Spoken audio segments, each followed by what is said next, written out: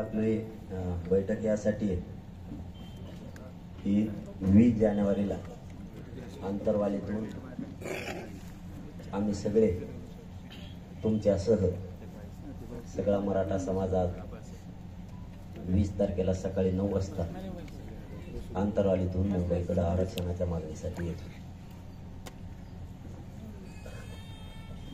थोडा प्रॉब्लेमवर सॉरी. तर त्या निमित्तानं आपण आज मुंबईकर बांधवांची इकडं आंतरवालीतच बैठक बोलवली. मराठा येताना 2 करोडच्या कमी येणार नाही.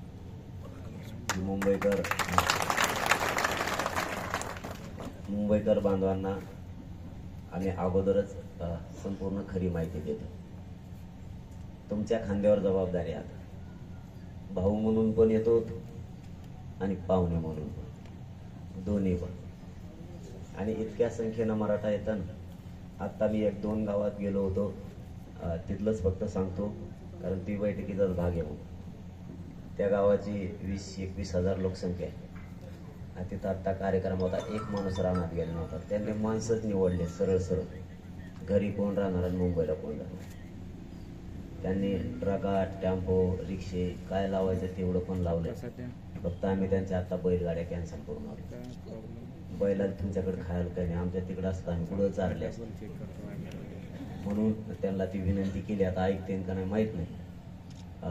ती विनंती केली. तसं खूप मराठी येणार आहे आणि तुमच्या खांद्यावर समाजाच्या आरक्षणाची आणि समाज येणारी त्याची पण जबाबदारी. आम्हाला आपल्याला ही बैठक नाही, आपल्याला चर्चा करायसाठी बोलली. तर आमचं म्हणणं असं आहे, शिवाजी पार्कचं आणि आझाद मैदानचं अंतर किती?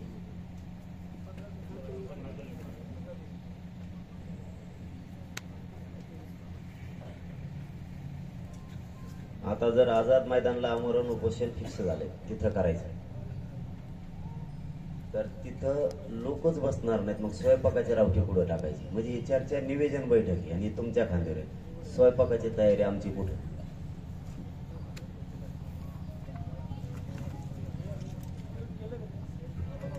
कमी सगळे मुद्दे सांगून मग त्याच्यावर चर्चा करायची का? म्हणजे तुम्ही सोयीस्कर दे सोयीस्कर. कारण ही बैठक आम्हाला जसं येतं तसं करायला होतं आम्ही. तुमचं निवेदन तुम्ही क्रांती मोर्चापासून हाताळलेले.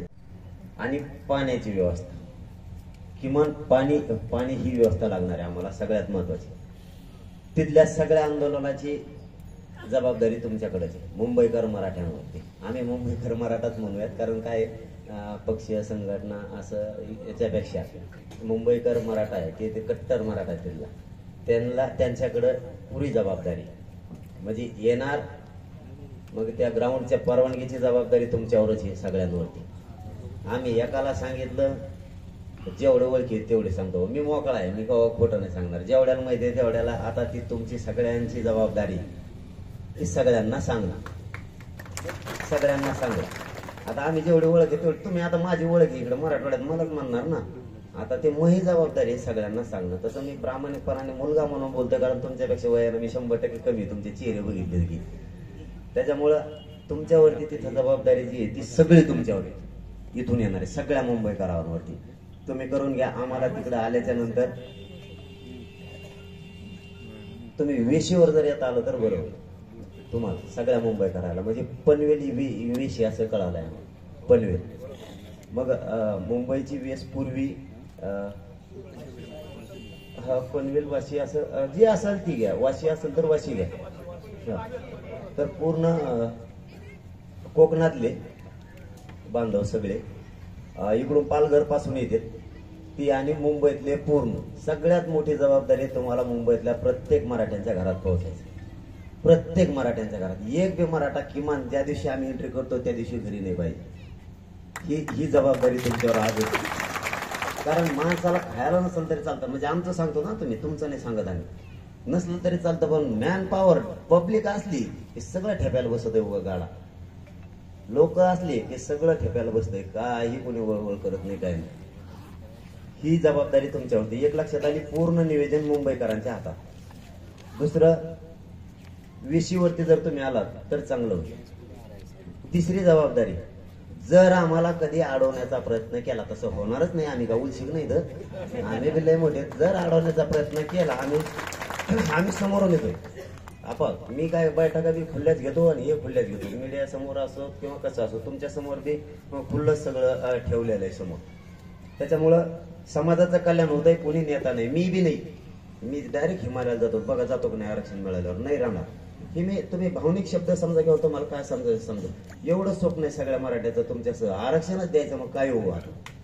जर आम्हाला अडविलं, कदाचित होणार नाही तसं, पण जर अडविलं तर समोरून आम्हाला येताना अडविते ना, तुम्ही इकडून या, मध्ये काय ठेवलं, दोघ जण मिळून उचलून पलीकडे. आपल्याला जर चारी बाजूने घेरलं तर आपण काही बाजूने घेरायचं, पण शांततेत बरं का. हे गोंधळ नको, लोक हसतात आपल्यावर गुन्हा दाखल झाले, बरं झालं म्हणतात गुतले. इतरांना हसूनच द्यायचं नाही, काही झालं तरी हरकत नाही, कारण इकडून आम्ही लय येणार आहेत, पण तुम्ही तिकडची बाजू सांभाळावं. मागची 3 बाजू ठेवल्यात आपण, पाठीत खंजीर खुपशीत नाहीत, आपण सरळ सांगून ठेवल्यात. आम्ही मुंबईत गेलो ना, आमच्या संग वळवळ केली का आमच्या सगळ्या करोडोंना माता मावल्या उठणार. त्यांनी इकडची खिंड लढवायची आणि आम्ही मुंबईची लढवायची, मुंबईकडच्या मराठ्यासह आम्ही सगळे. तिकडून आलेले तुम्ही तिकडून यायचं इकडं, नाही तुम्ही बघायचं तिकडंच वाट आमची, तुम्ही तिकडं वाट बघायचीच नाही, तुम्ही लगेच ओळखायचं यांना आलेले दिसते, तुम्ही दानादानाच इकडे निघायचं आमच्याकडे. आपण 2 जण मध्ये काय ना ते शांततेत उचलून बाजूला, पण मुंबईला जायचं, हे मात्र करायचं. ही 3री बाजू आहे.